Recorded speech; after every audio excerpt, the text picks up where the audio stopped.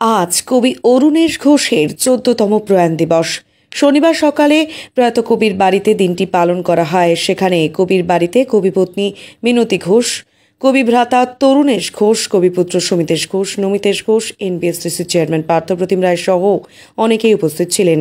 এরপর তারা কবির প্রতিকৃতিতে শ্রদ্ধা নিবেদন করেন।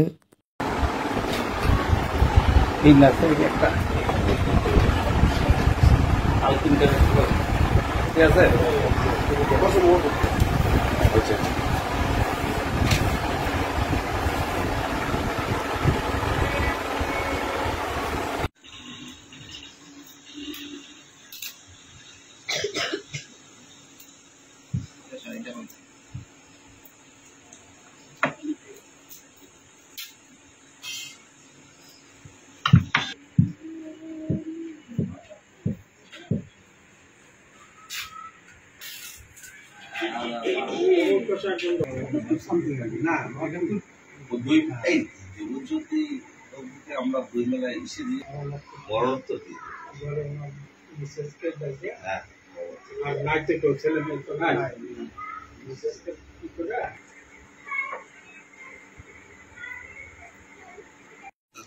আজকে কবি অরুণেশ ঘোষের ১৩তম প্রয়াণ বার্ষিকী।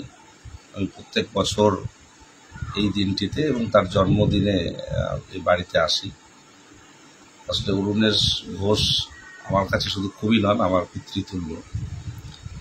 স্বাভাবিকভাবে তার যে লেখা, তার পারিবারিক জীবন, শেষ সময়টা সম্পর্কে আমি ভীষণই অবগত ছিলাম এবং জেঠিমা, কাকু সকলের সঙ্গে এবং নমিতেশ দাস, সুমিতেশ দাস সঙ্গে আমার দীর্ঘদিনের সম্পর্ক।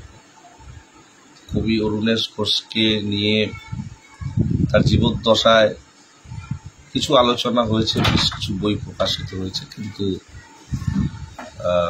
সবটা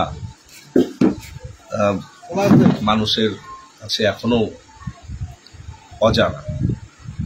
যতদিন যাচ্ছে অরুণেশ ঘোষ সম্পর্কে অনুসন্ধিৎসু মানুষ, সাহিত্য অনুরাগীরা জানতে চেষ্টা করছে। বহু সংস্থা, বহু প্রকাশনের সংস্থা তার বই বের করছে এবং আমি বিশ্বাস করি বাংলা সাহিত্যে অরুণেশ ঘোষের অবদান অনস্বীকার্য এবং একটা সময় অরুণেশ ঘোষ ব্যতি রেখে বাংলা সাহিত্য ভাবনা হয়তো অসম্ভব হয়ে দাঁড়াবে, এটা আমি বিশ্বাস করি।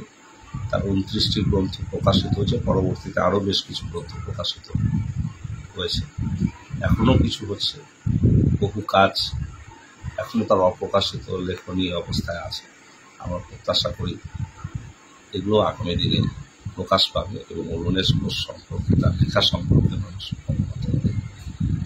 দিনে আমরা সকলে মিলে শ্রদ্ধা জানালাম তার বাড়িতে এসে। কবিপত্নী, কবিপুত্র, কবি ভ্রাতা সকলেই আছে, আমরা আছি। তো এটা কবির প্রতি আমাদের শ্রদ্ধা, আমাদের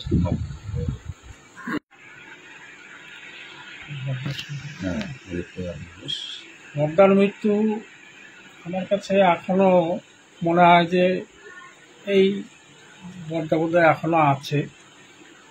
আমি তখন আলিপুরদুয়ারে সেদিন হঠাৎ করে আমার জামাতার ফোন গেল, যেরকম জেঠু পড়ে গেছে জলে। শুনি দৌড়ে চলে আসলাম, যেটা বিশ্বাসযোগ্য না। মানে হাসপাতালে বর্দার শরীর তখনও উষ্ণ, গায়ে হাত দিয়ে আমি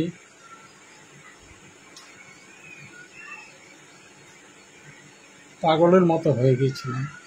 কারণ আমার জীবনে আদর্শ বলতে যে সে আমার দাদা, জীবনের শেষ দিন পর্যন্ত সেই থাকবে, এইটুকুই আশা।